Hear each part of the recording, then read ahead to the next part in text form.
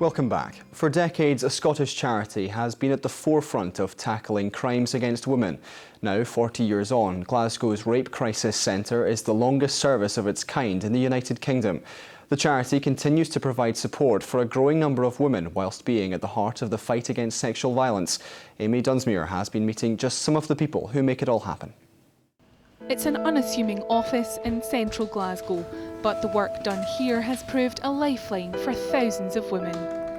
Glasgow's Rape Crisis Centre was the first of its kind in Scotland, set up by a group of women in 1976 to tackle the growing problem of sexual violence. There were no services available at that time, but there were a lot of people who were talking about the lack of support.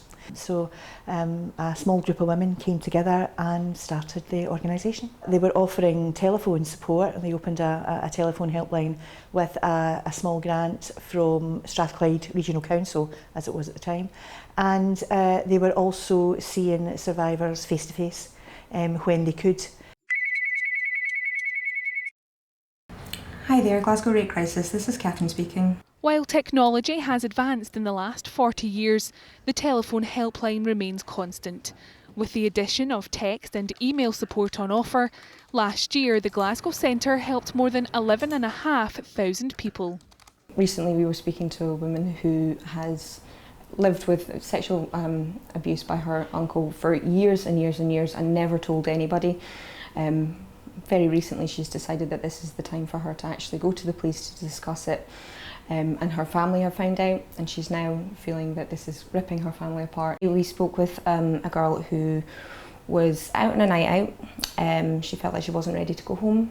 Her friends were all leaving, but she wanted to stay out for a little bit longer. She had a drink, met a man, and this man then took advantage, drugged her, and then took her back to his place and sexually assaulted her. And she's been finding that very difficult to deal with. She feels like a lot of self-blame involved in this, that she should have.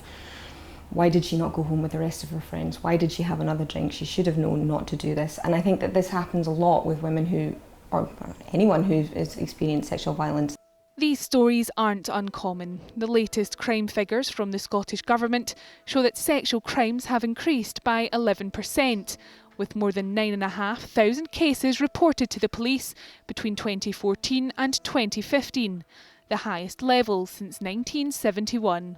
We would love to be able to work ourselves right out of business. That would be wonderful. Unfortunately, we do see ourselves being around for quite a while. I think there will still be a need for our services. So unfortunately, yeah, I do see us being around for quite a while. Glasgow Rape Crisis say this anniversary isn't a celebration, rather a reminder that 40 years on, there's still so much going on behind closed doors. Amy Dunsmuir, STV News.